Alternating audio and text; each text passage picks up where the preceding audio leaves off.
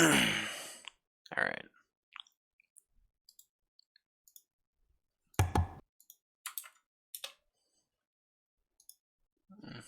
All right.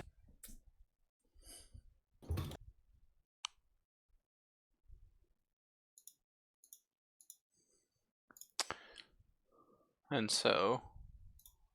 is everything working correctly?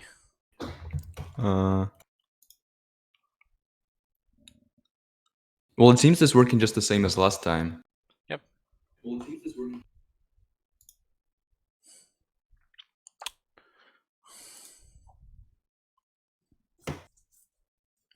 Obviously on my starting page. Yeah. All right. So what we have left? We have. Sequels to Oh the yeah. Christian Adventure. Yep. And Ching Chang. And Straight Human Lost One, the dating simulator. All right. I love how he has a list of 0 things here. Or just 3 empty elements.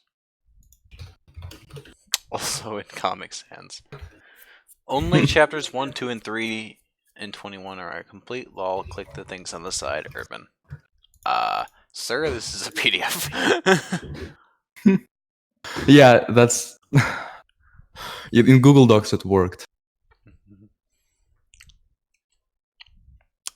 After the events of the first story, Orphan stumbles across a discarded pack of cards and takes them home. Unaware of the origin of these cards and their mystical powers they possess, he foolishly draws a card from the deck. The sound of sirens faded in the distance as Orphan walked away from his victory against the deadly paper plane throwing Salt Shaker villain, also known as Shade, from the last story. He rubbed his arm absent-mindedly. He cursed his weakness to paper and cursed Shade for being an ass and rubbing salt in the wound. Well, maybe it's a good thing that Shade isn't reading this right now. Brilliant. As he walked back to his location of homely comforts, something caught his eye. A pristine pack of cards just lying on the ground. Orphan, being reasonable, continued walking. It's probably nothing, he said to himself as he turned right. Yeah, I had to distract. Yep. But as he walked, the cards remained in his mind. I wonder where they came from. Who left them there? Another return. Maybe it's a limited edition deck and someone dropped them. They look brand new. They couldn't have been there for long. He turned right again. Maybe I should have picked them up. They could have been worth something. Then he turned left. Not really. He turned to the right. He picked up the cards and kept walking until he arrived home. Alright, let's open these bad boys up. Orphan said as he opened a bag of chips and ate a handful. No, how do you eat a handful of chips? You just scoop them up and just shove them into your mouth? Yep. It's not popcorn. You eat one chip at a time like a civilized human being. I guess he wanted to combine the pleasure. Now let's see those cards. As he opened the pack, he failed to notice the ominous presence that surrounded the area. The sky was dark and the wind was strong. Engrossed in his task, he studied the backs of the cards. I'd never seen anything like it. He splayed the cards face down on the table, reached over to turn the first one and stopped. He couldn't explain why, but he felt the pressure and weight behind them. He's turning card over would have massive consequences, so he retracted his hand and studied the cards, all 22 of them. He decided to leave the decision to fate, closed his eyes and chose. Wait a minute. This entire thing. What? What? Everything below this line is just a more exaggeration of everything from that line. What? Somehow he decided that he wanted to just add a summary there. Zero, the Fool. So the Fool is only chapters 1, 2, 3, and 21 are filled in. The rest are just descriptions of the cards. Oh. The Magician. The Magician is the first card of the Major Arcana. The Magician also symbolizes fresh starts and new beginnings. Orphan picked up the second card. He flipped it over and contained an image of a man holding a staff with an infinity symbol above his head. The magician, it read. Suddenly, Orphan was overcome with a sense of purpose. He'd been wasting his time creating music when he really should have been playing Minecraft. Orphan deleted all of his music projects, music making software, and downloaded Minecraft again. But his Minecraft account was hacked.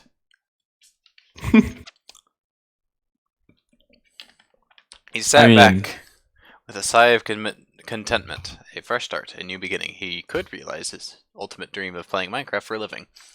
Orphan finally embraced his calling, produced Minecraft videos for many years to come, becoming successful and raking in the monies. This is what could have been, but alas, it did not come to pass. High Priestess. High Priestess sits at the fate gate before the great mystery, and in front of the thin, evil veil of awareness, which is all that separates us from our inner selves. Moreover, her message is, trust your inner voice. Orphan flipped over the third card. It portrayed a woman sitting in front of a veil. It read, the High Priestess. Orphan stared at the card for several minutes. He then proceeded to sit down and sat there for hours, pondering. He was listening to the voices that were waging war inside his head, and what he should choose to do with his life. Eventually, though, they were unified into a single message. Make Minecraft music videos! Orphan raised his head and smiled. This was it, the combination of his musical skills, however bad they may be, with his love of Minecraft. He listened to his inner voice, and it had shown him the perfect path to greatness. Orphan immediately started creating his first video and became incredibly successful. His videos were able to appeal to everyone, and it united the people of Zawardu, bringing peace everywhere through his music and animations. Oh man, I really wish he did this with all fucking 22 cards. Yeah, that would be amazing. The Empress. The card of feminine energy, the Empress, represents fertility, beauty, and abundance. She may indicate either a physical or metaphorical pregnancy. Or if it snatched the force card and looked at it, showed a woman in a dress sitting in a velvet chair in a field. It read 3 the Empress. Orphan just shrugged and went back to make some songs. Several months later, Orphan received a call from Kitty. Orphan broke out in a cold sweat, remembering the thoroughly unchristian acts she performed on him not too long ago. But his hand was drawn to the phone and picked it up and answered it. Orphan, I have some news. I'm pregnant. Oh, that's good. Orphan was just stressing out. Man, what was he gonna do? He couldn't be a parent. What? a parent. That's what he was. He has a loving family, several wives and kids and a wife, but this had to end. He looked at the toaster that Kitty had thrown at him all those years ago, and knew what must be done. He packed his bag, and with the last sad look at his house, placed the toaster at the front door and left Kitty and their kids forever. Okay, and 21, right? Yeah, I think it's the last one. The World. The World is the last card of the Major Arcana. It represents the summation of the journey begun by the Fool. After all the adventures of the past 21 cards, the World represents accomplishment, closure, and a completion. Orphan drew the final card. It had a 3D image of a weird yellow thing, as well as a tall blonde man with fangs. What the hell is this? Orphan said. Then he heard a voice calling for the card. Oh, you're approaching me? I can't beat the shit out of you without getting closer. A word came from out of Orphan's mouth, but he didn't say them, did he?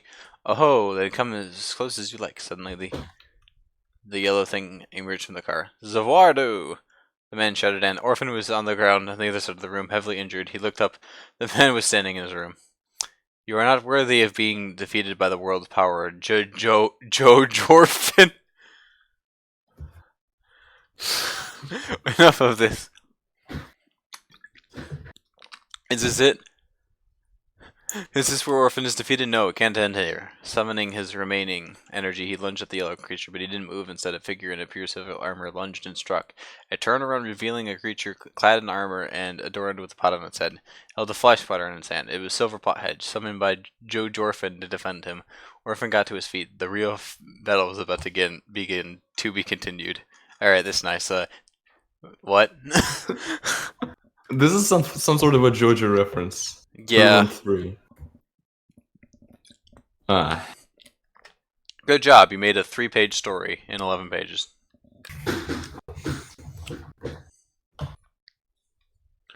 Yeah. It had potential. Oh, Shade's here. Hi, Shade. Hello. You're not Shade. I'm not Shade. I'm saying hello to Shade. You responded to my hello by saying hello, even though you're not Shade. I don't remember. Hmm? I don't remember whether or not I'm actually in ultra low latency mode this time. It looks like I should be. I'm just here for this awful story I helped Lost write. Okay, well we just arrived for it. Yeah. So yes, it is an ultra low latency mode. The story is awful because Shade reviewed it. He didn't let me write a good story. He basically held a gun to my head.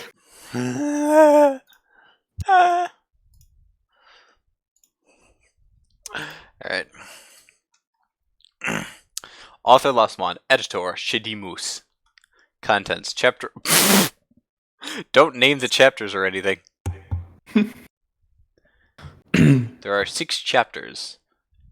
One of them is completely unimportant to the story. We don't know which one yet.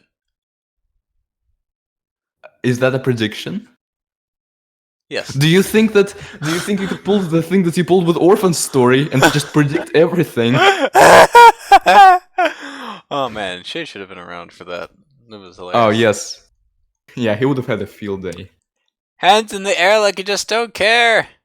Mayhem rained like fire at the bank. A group of customers raised their hands in a panic as a masked man draped in a cloak aimed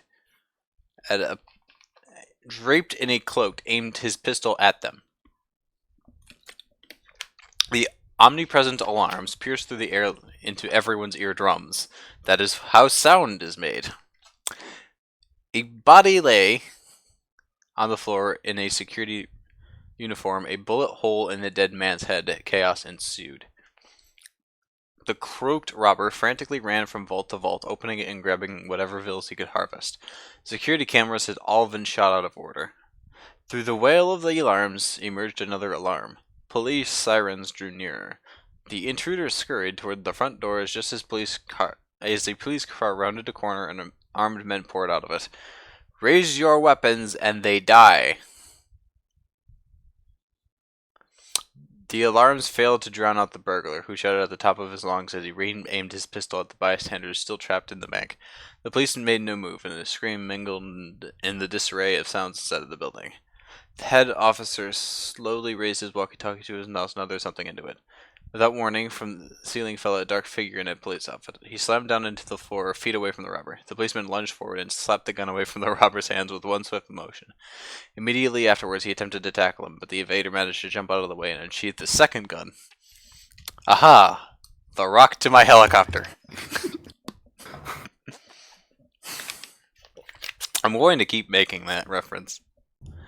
Yeah, although I'm not sure why you made it this time.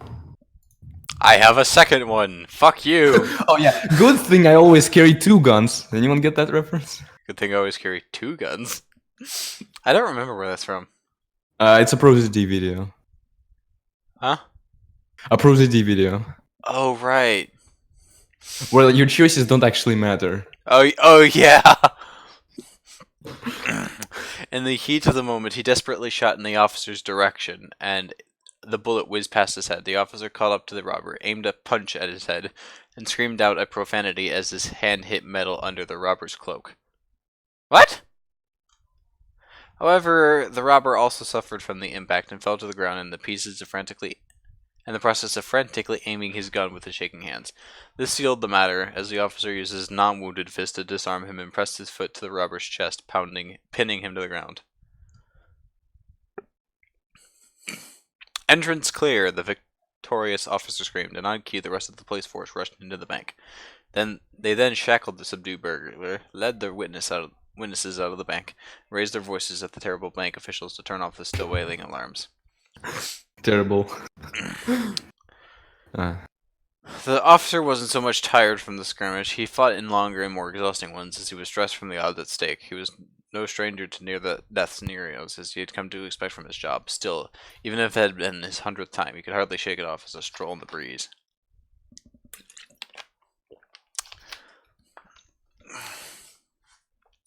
Good job, Brown. The officer called out to him. We'll take over from here. Go get some rest. Thank you, Officer White.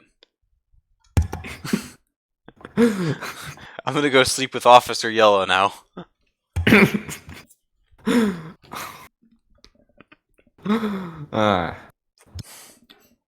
There once was a police officer named... Oh. Lovely. And so, 30 minutes later, and now without his uniform, the officer set out to a nearby bar. He had never been to this bar before, which suited him as he hardly wanted to be recognized by a coworker right now. How are those two things related? Well, you know, the bars that he's been to with his coworkers. That doesn't mean his coworkers don't go to that particular bar. Yes, but the chances of them going to that bar are lower. The bar was in a particularly poor part of town that the man had answered several calls to, but as of right now, he did not care. The floor was dirty and the air was damp, but it was enough for him in his current state. With a sigh, he sat on one of the stools in front of the bar stand. What have you got to calm my nerves? He asked the bartender. I'm fancying tequila, a lot of it. The barman, a rather tall and slender man who appeared to be in his 50s with short gray hair, turned and made his way over to the newcomer. Calming down, eh? He asked. Yeah, it's been a stressful day, the officer replied. Oh, really? What from? Don't worry about it, man. I just want my drink, the man shot back. Well, I've heard a heist just happened at the local bank. Someone even died, and there would have been more if the blazing robber had the chance. Bet your life seems tame in comparison, eh? Oh yeah, for real, man. Wouldn't want to be there at the time. Bless the people who were. Must have felt so powerless standing there alongside a madman with a gun who'd do anything for some benefit. At least I've heard that's what happened. The officer looked around at the rundown bar. He vaguely remembered answering a call here years ago when he was still a novice at hand-to-hand combat. The call had something to do with a drunken maniac who pulled a knife on some British child that had begun insulting him. It was one of his first times handling an armed opponent, but it was relatively easy since the man was drunk. Okay, is this a reference to something, and if so, what? I don't think it's a particular reference to anything. Alright. How about that tequila, then, the officer asked. Sure deal, what's your name? Mary Wark? Mary Work? Who's Mary Work? The bartender asked as he poised himself making the drink. Name's Jim? Oh my gosh! I was joking!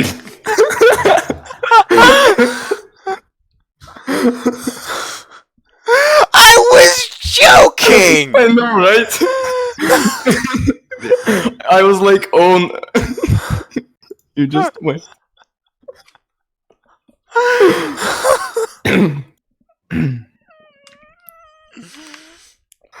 And yes, Jim felt out of the norm making such a casual conversation with a random bartender.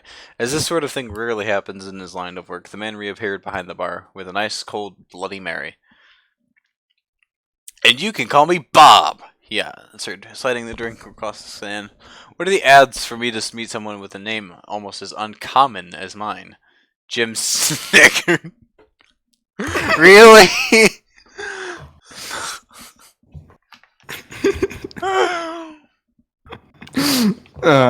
This story is awful. You were right. I can't believe you coaxed me into this.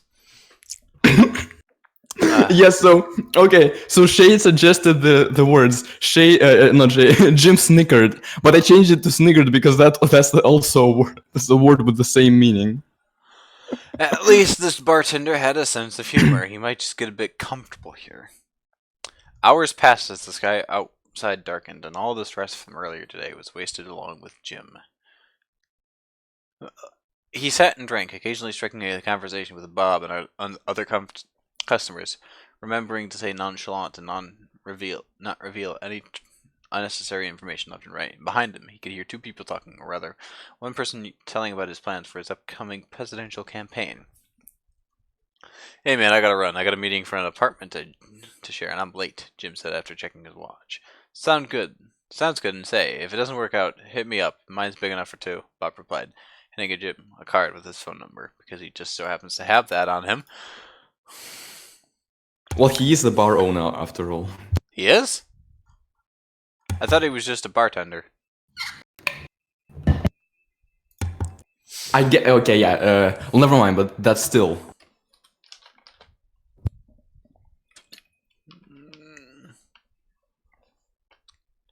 Well, hey, I'm not gonna go tossing my stuff in a random dude's house. Jim got the woods out with a slight difficulty of how drunk he was. Oh my gosh, how drunk he was. What if you engage in illegal activities around there, huh? You know, like heroin? Yeah. Who are you, the cops?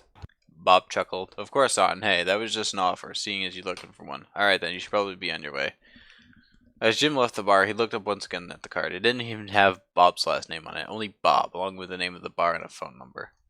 Sure as hell I'm calling this guy, Jim mumbled drunkenly before stumbling over a trash can he did not see in the thick of dark. He seldom drank, but decided he needed today of all things, even if it made him wait till he got another appointment. On the fateful day that Jim received Bob's invitation, he would have never thought the situation would get so dire for him as to seriously consider moving in with a caretaker of such a shabby bar. As time went on, however, not one single apartment he's looked into proved a good choice.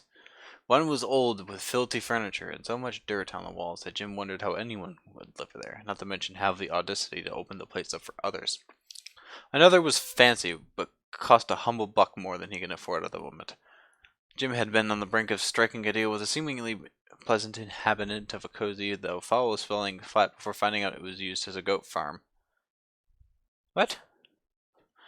Here he was at the doorstep of the last choice he could find, even willing to put up with the long commute to work, and yet no one answered his knocks. Sighing in frustration that people would be so inconsiderate as to not show up for an appointment, Jim turned around and trudged away. Jim has spent 10 years working in the police force. He would consider to be special forces, but definitely wasn't paid like he was anything special. For all the times he has put his life on the line to protect the city, it irked him he couldn't even bother to provide him with a stable place to live. The cold breeze of the murky air prompted Jim to put his hands in the pockets of his blue hoodie, which is where he felt a piece of paperboard. Pulling it out, Jim saw the card Bob handed him a week ago, and remembered his invitation. He found it weird that Bob didn't put an official offer, but decided he might as well try his seemingly extinguished luck. "Hello, Bob. It's Jim," he said over the phone. "Jim? Who would that be?" A slightly hoarse voice replied. "We met at your bar a while back. You told me to call if I was looking for a place to stay." "Oh yeah, how's that been going?" Not very well. Is your office still on the table? Yeah, come over at today at 6 p.m. Here, let me give you my address." Jim felt awkward that Bob was so willing to agree to this, and he couldn't help but suspect that something was wrong. However, he didn't feel like much of a choice anymore. And so, just before 6, Jim entered the dull gray building that sat only about 10 blocks from the police department and knocked on the apartment door. He was done with any pickiness. At this point, he gladly accept the home of even a strange barkeeper, however safe it might appear. As he waited in awkward silence, he realized that this apartment was also only a block away from the bar. Jim was uneasy. He had too many memories of dealing with criminals in his neighborhood. The door opened, and the smooth outline of Bob and the atmosphere behind him took Jim aback. He didn't have high expectations of Bob's place, but the warm glow of dim lamplight illuminated a strangely pleasant hallway. While evidently inhabited, it was in no way crammed, home to nothing but a woman's shelf and a rather fancy-looking clock on the wall. Judging by Bob's chuckles, Jim's reaction must have showed. "Whoa, good evening, Bob. Business going well, huh?" "Hey, Jim. Yeah, the years I've spent building up this bar's reputation has certainly paid off," Bob replied, leading Jim inside. "It's sort of a community now. You'll see all sorts of people there. I'll be damned if anyone felt unwelcome."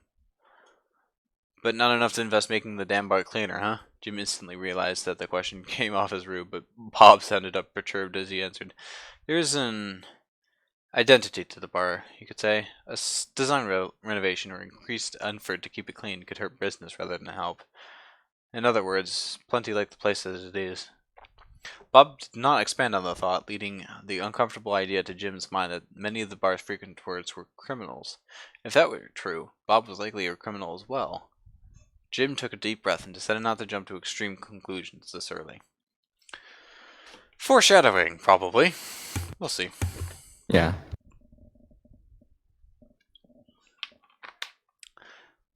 And just like that, I'm only a fifth of the way done. Oh god. The furthermost door in the hallway led to a cozy living room where a television stood facing a sofa with a side table at the opposite wall. Further along, the room extended into a kitchen, the area containing a dining table and a refrigerator, oven, and shelves hardly exceeded a large bathroom, but it looked inviting nonetheless. The quality of what made up the room was meant to show Bob's monetary success, and it seemed he was content with his apartment because it fit him both in size and its close proximity to his bar. Cozy enough, eh? Now let me show you where you sleep. At the end of the day, both the flat's condition and the cost satisfied Jim. After much consideration, he accepted the offer. So, Jim and Bob. Yep. Did you name these two characters after I said something about Nick or Jim? No, you said something like only a few days ago. This was the idea for weeks. Nice. And when you said that, I'm like, oh, you're in for a treat. Over the next few weeks, Jim slowly eased into his new lifestyle. He found that he connected with a lot with Bob, despite them having very different upbringings. Jim grew up in a wealthy family that took proper care of him and actively helped shape his worldviews. Bob was addicted to heroin. Bob never had that privilege as he was raised by his uncle and spent most of his teenage life along street gangs. After his uncle got his skull cracked open in a hiking accident, the 16-year-old Bob had no one but himself to support and struggled to make ends meet. I worked at a number of bars and restaurants for 20 years straight, Bob told Jim. Can't say my life was at its best, but I got to meet a lot of people. One of them eventually noticed my dedication and agreed to help me kickstart my own bar. Man, that must have been rough, Jim replied. I wish I could understand how that felt. Why would you want to understand that kind of life? Bob muttered.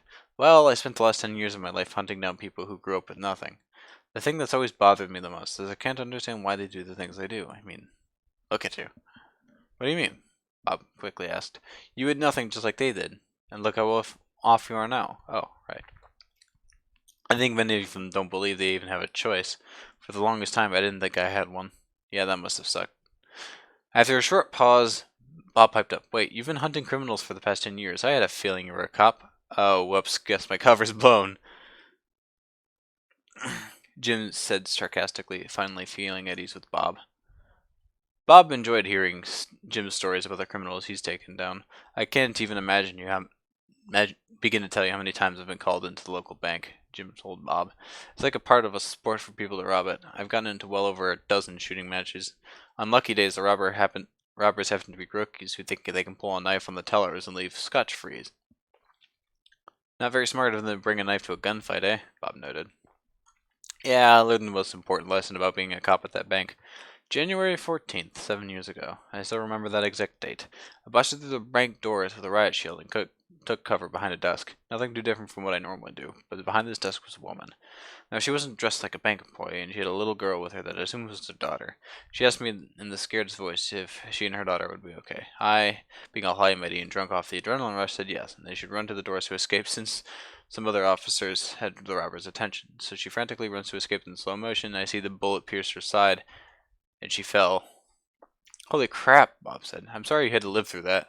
No, it doesn't bother me like it used to. I was going to quit my job because I couldn't handle the guilt of that, but Tom, my boss, gave me advice I still follow to this day.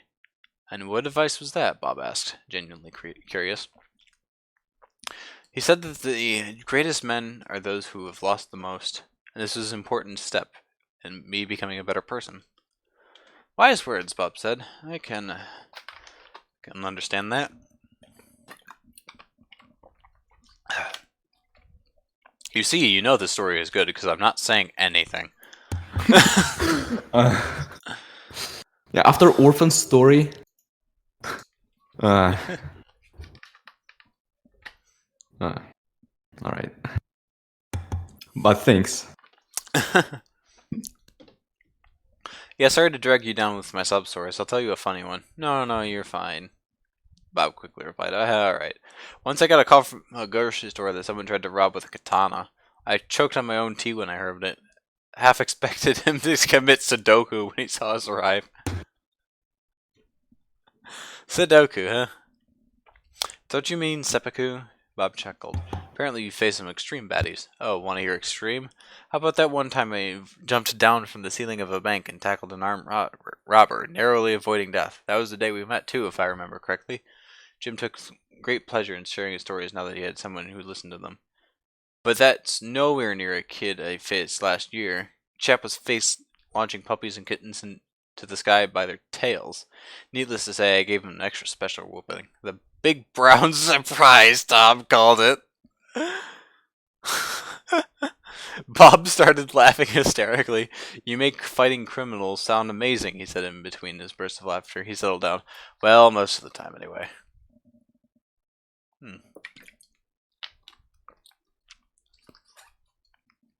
Imagine if this was a drinking game where I had to take a shot every time I saw a grammatical error. Like, I would be, like, dead by the time I reached orphans. Oh yes. Just like shots of beer. Oh no, I don't even want to imagine that.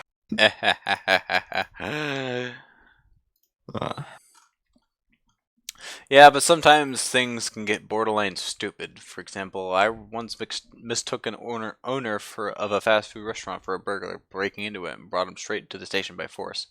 What a scene he made. I probably would have lost my job right then and there if Tom didn't stand up for me. Even the best of us make mistakes, he said, and I agree.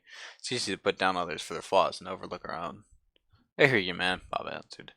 I'm going to make myself some coffee. You want some? No, thanks. I don't drink coffee, Jim replied. What, are you for real? Who doesn't drink coffee these days, eh? Bob looked more surprised than Jim expected him to be. Well, I don't. Anything wrong with that? Bob rolled his eyes with a chuckle. Being stubborn, I see. Go on and drink your tea, whatever. I ain't signing up for that. Jim shrugged at what he thought was an overreaction on Bob's part and dropped the subject. A fancy chess set stood between Jim and Bob one Sunday afternoon. Can't do that. Leaves your king in check. Bob spoke over the constant stream of news from Channel 6. Ah, damn it. Where did you get good, anyway? Bob's chess skills were quite impressive compared to what Jim expected. Some of the customers are damn good at chess. Great way to pass time at the bar. I'm telling you, all sorts of people. Uh-huh. Why do you listen to that junk anyway? Jim motioned his head at the television where a reporter was monotonically yammering about all the different ways in which the current president was quite literally Hitler. I'd like to stay informed. Who knows what may happen? Don't want to get caught unprepared, huh? Unprepared for what? The nonsense these spattered? Listen to her. It sounds like she's sympathetic to Zarovit's ideas. You just have to know the right things to take away from such speeches. Your move. The game went on, and a different topic discussion took over the news. Report states that a 45-year-old man accused of robbing a bank has been ruled innocent. While a small minority is outraged, most are satisfied with the court's careful approach of convicting people only with... Hey, hold on just a damn second. That was the nutjob who almost shot me to death at the bank, Jim explained after looking over at the screen. How on earth did they just release him?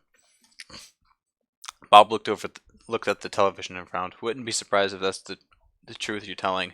The court systems are all messed up these days. May have even bribed his way out of there. Also, did you seriously blunder the whole game away? It is now finally dark outside. The news went on to a rich guy buying a new villa, in which Jim's mind was rubbish beyond what was worth paying attention to, yet Bob insisted on leaving the television on.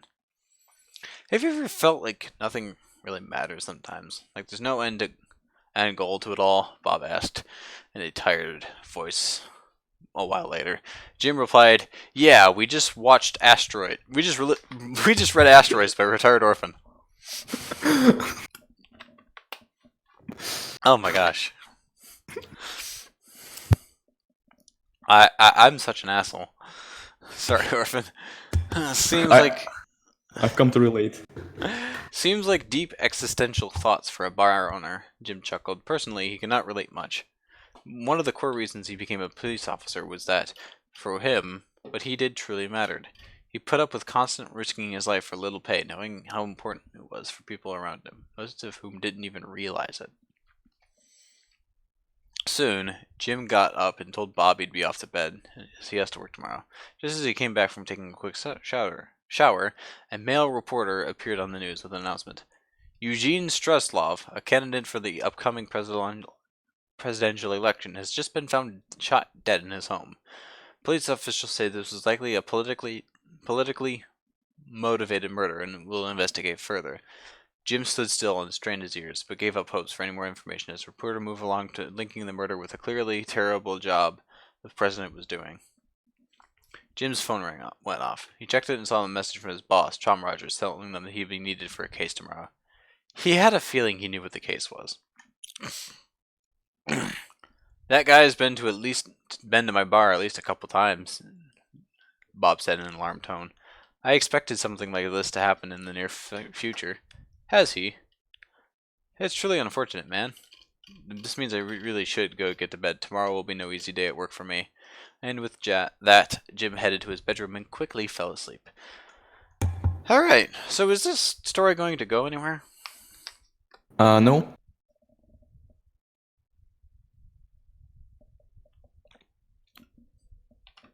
It's just gonna stay in one place for the entire rest of the story. Alright, guys, stream's over. I mean, we just basically read the whole fucking story. I mean, yeah, those other pages, they're actually empty pages. They're just there to make it look like the story is bigger. I love how I said stream's over and like the viewership dropped to 1. Oh. Well, alright. I think we lost Shade. It's back to 2 now. Oh, okay. Yeah, you said stream's over. Nice. Absolutely brilliant. Chapter 3. Morning, Brown. Is he really just called Jim Brown?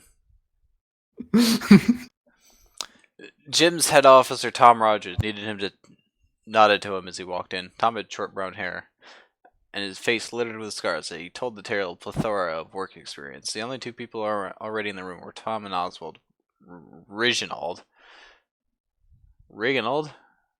A black-haired officer with a mustache and a strong British accent. Who dat? We'll be looking into the assassination of Eugene Strelsnov once all of us get here, Tom informed Jim as he sat down. I saw the news last night, Jim sighed. Looks like the motive was political. Was it really, though? Oswald cut in. His high-pitched and insufferably posh voice always made Jim astonished at the lack of a monocle in his face. Scallywag could have killed himself for all I know, politics being a tough business after all. Well, wouldn't that still be a politically motivated murder? Yes. You killed someone in the name of politics. That person being yourself. Yep. Can't rule it out, but let's not jump to conclusions, Tom replied. 2 more people entered the room. Bill Willie, a policeman in training with orange hair and glasses, and Alexa Rise, an officer with I'm not even gonna try. Roots, dark hair and round facial features. At the sight of her, Jim got a strong urge to punch Oswald in the face because of his annoying voice. Now it falls upon us to investigate the supposed murder, Tom concluded after explaining the situation to the newly fully assembled squad. Likely murder, Bill Willie replied in a weak voice. You sure it's not just suicide? The day went by slowly as the department mainly waited for forensics to send over potential leads their detectives found at the crime scene. By the end of the 8-hour shift, they had developed a few leads, but nothing substantial. As the group was packing up, Jim finally got a chance he had been waiting for. He took a deep breath and approached his chief for a quick word. Listen, you've known me for all the 10 years of me working here, and I think it's about time for me to be in charge of an investigation. It sucks working my ass off and not getting any chance of growth. I'm sure you understand me, and it looks like I finally have a good opportunity. Tom thoughtfully considered Jim, who firmly locked eyes with him. He was fully aware of the risk he was taking, and thus it's taken him a while to make up his mind, but he decided that with Tom, more than anyone, sincerity was the way to go. I see your point, the head officer replied. Don't think I haven't thought this through. This incident is particularly out of the norm, which is why we can hardly gamble. Don't you have enough fun beating up criminals anyways? Well, the truth is, I don't enjoy it quite as much as it may seem, Jim replied. I've started to despise putting my life on line almost every week. After pause, Tom answered, well, if it really is important to you, I'll try to arrange something. Jim was relieved. He had gotten his point across and received a well-intentioned answer. He nodded and appreciated, then jumped in shock as a voice rang out just behind him. I do not find it best, sir. Jim inwardly groaned at the high-pitched British accent before turning around. For our investigation to be led by someone who barely has any investigative experience, I think you should continue to lead this case, as you flawlessly have so far, while Brown sticks to the fighting. You could have just said, while Brown sticks to the brawn. Having not previously noticed Oswald's presence, Jim had to stop himself from retorting as a surge of frustration swept through him. Sorry, I've been reading for so many hours. Fuck Yeah, you, I Shade understand. says. I'm not sure why. I have no idea either. Shade, I really do not recommend intercourse with me because I'm a very ugly fuck with a penis. That's not what the poll proves. A small penis.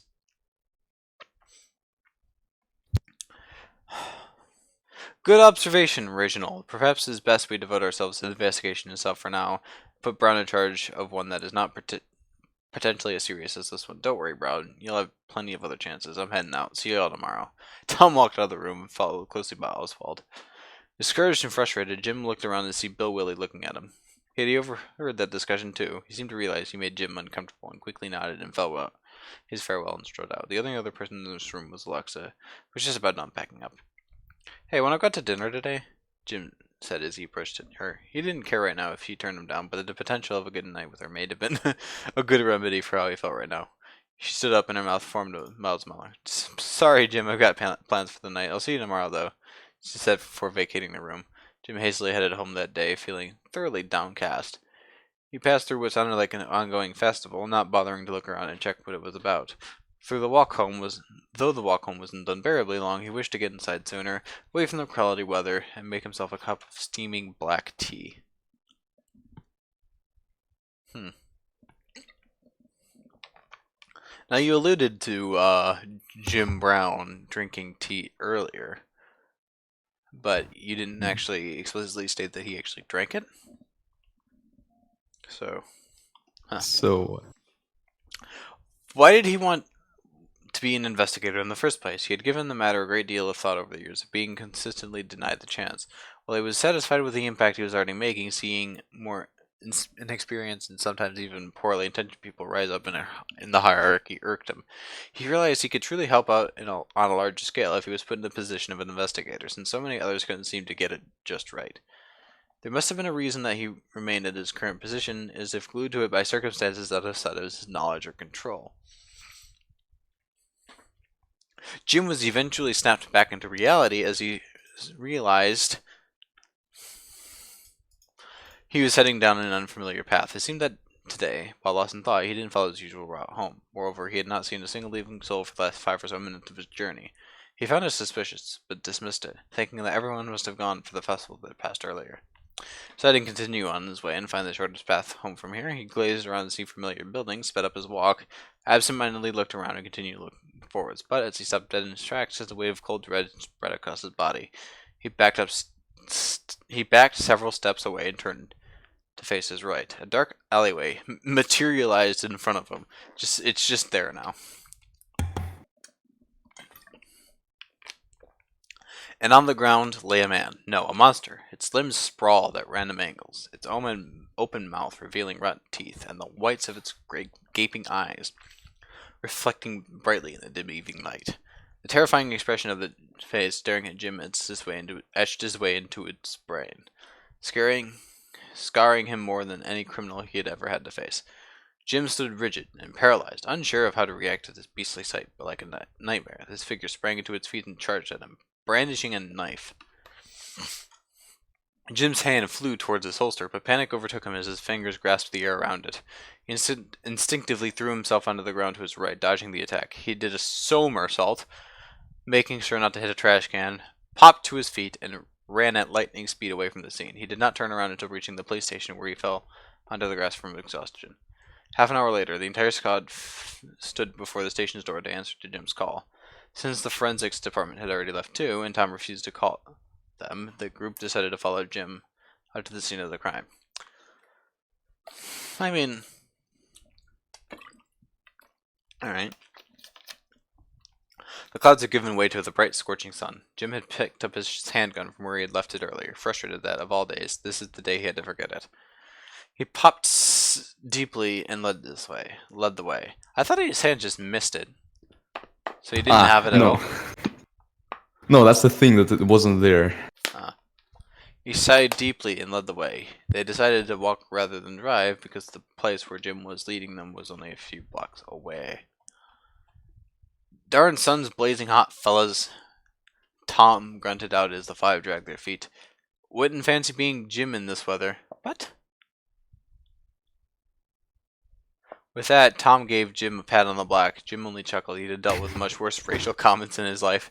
After having called Tom when he had likely already gotten home, the comment was fair. Plus, he hardly minded such nuisances as bad weather.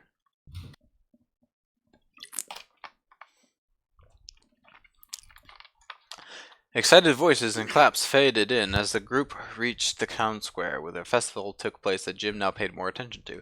He recognized by the banners that this was the city annual hot dog festival. Hot dogs became a distinct element of the local culture. In the middle of the public square stood a carriage covered in large photos of a hot dog.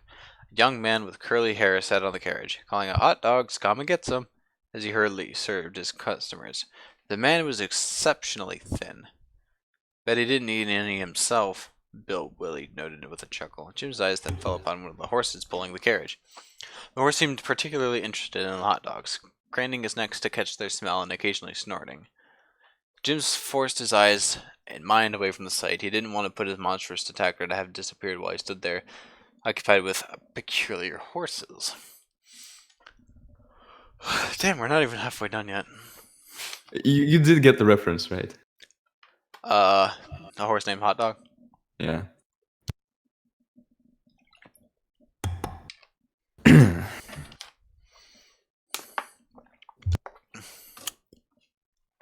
The police force walked on, and soon Jim recognized familiar sights in the distance. He sped up his walk, motioning for his companions to follow. There in the distance were the buildings had previously used as landmarks. There in front of him was the trash can he had dodged. There to his right was a dark, narrow alley. Jim's heart sped up as he slowly tiptoed, leaning forward until the entire alley came to view. It was empty. "That's where I first saw it," Jim motioned towards the alleyway as the rest of his team caught up. "Could be in a whole other region by now." "Fair enough, fellas. We're splitting up. Reese, Willie, and I will go search up the streets." Reginald Brown turned around and searched in that direction. Tom threw up his hands towards the horses to the right of the alley. "With any luck, we'll catch up to this criminal wherever he's heading now." So Jim turned around and headed towards the nearest turn to his left, Oswald at his side. "Tell me, why'd you have to do that?" Jim said to an undertone once Tom's group was out of hearing range. "I did not do anything. What in particular are you referencing?" Oswald replied in his usual high tones. "Back in the office when I was talking to Tom, it's not your job to police who gets put in charge of what, and it was frankly a dick move to ruin my chances. Well, in the frankliest manner, you came to decide you, of all people, should be put in charge of an investigation out of the blue. You were just fine in your current place. Leave it to the candidates who fit to a higher extent." "Like you, I'm assuming," Jim shot back with a sigh of exasperation. His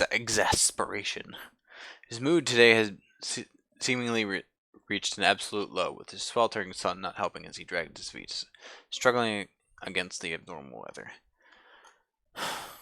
Dear God. This is why I did not want to do. a fucking large reading session like this. How so? I'm getting a headache, my throat. Oh, It's just a drag to go through. Having to yeah, read all I can this. understand. Like, or even Orphan Story. Plus, Already tired. I'm not paying as much attention to details, right? As much as I am just trying to get through it.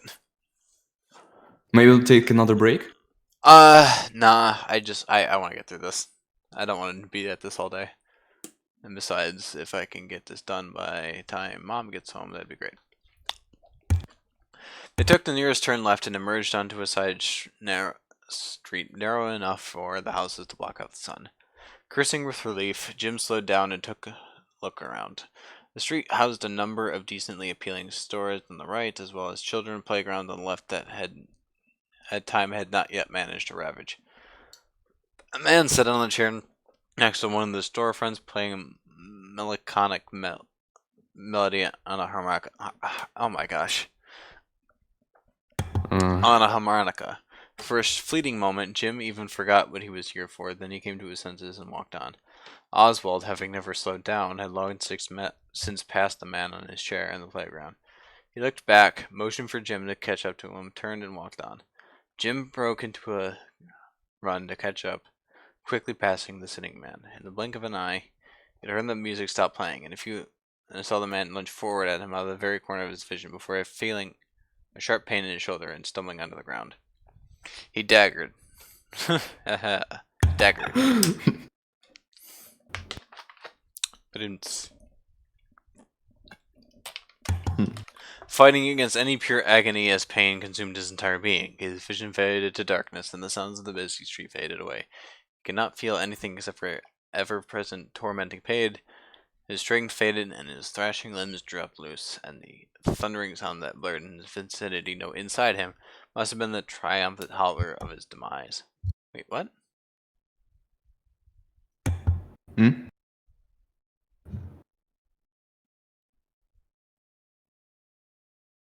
Okay. Like I said, I wasn't paying attention to too much detail, so I didn't know what was going on. So I had to reread that section. Oh. Ugh. A solid knock caught Jim's attention. He had been in the hospital for about a week, recovering from numerous cuts and slashes and an immense blood loss. Whatever caused them, he was surprised to find himself alive. By now, he had mostly recovered and lay on his hospital bed reading a book from the scarce selection available for patients. The protagonist in this story was on the run from the police and somehow succeeded in escaping by throwing a rock to distract the helicopters following him. Jim laughed about the ridiculous scenario that he, of all people, knew that there were about 5 million things wrong with, and just as he considered switching out of the book, someone knocked on the door of his unit. Coming, Jim grunted, placing the book on his bedstand. The door opened, and Tom Rogers slowly entered the room. Brown, he nodded as he approached Jim's bedside. He still wore his uniform, suggesting his workday has just ended. Jim returned to the greeting. For a split second, Tom looked hesitant, and then he dropped his formal tone, asking, Are you all good? We were concerned about you." "Yes, sir, I'm coming right around," Jim replied, noticing that not only his body eased up, the fact he felt grateful and didn't want Tom or anyone else to keep being worried. "In fact, I'm almost there. They're set to release me in a few days, so you're good to show up on Monday?" "Yes, indeed, and I'll be happy to." "Good, I'm pleased to see you're doing well here." The culprit had been shot dead by the time we arrived at the scene. Turns out he had a history of attacks and terrors, many of the locals using an animal mask for a long while, due to the police never being able to catch him. Jim thought about the face he had been seeing in the alley. "No," he said, "that face wasn't a mask." "Well, he's dead, so it doesn't matter now, does it?" Jim nodded. This unknown man had indeed nearly killed him, but after the passing of time and a completely different location, he couldn't quite explain what frightened him so much about the attacker. That face. It just seemed so real. It moved, reacted, and changed as the man charged at him. Masks don't do that. Jim got chills every time he remembered it. In any case, I'll head home soon. See you on Monday round. Tom got up and made it for the door. Jim told him goodbye and picked up the book again. Despite the many still aching wounds on his body, he felt strangely satisfied. Okay, I take back what I said earlier. I cannot get through this entire story. I'm sorry. I think I am going to resume this live stream as a part 3 tomorrow. But All right. for right now, I am exhausted. Yeah, I understand that. All Oh my right. gosh. So, yeah. So I guess you'll post. You'll just let me know then. Mention me tomorrow. Yeah. I don't know when it's gonna be. Oh my gosh. I haven't All had this right. for hours. Yeah, I understand. And then Orphans and Dairy Story were both, even for me, they were really, and not even for me, but like even for me that I hadn't had to read my own story. Orphans and Dairy is really exhausting for me, Yeah. mainly because of how they were not very well presented. Yeah. But yeah, all right. So thank you. I guess talk to you tomorrow then. Of course. All right. Bye. Bye. And goodbye to you all, I guess. Of course.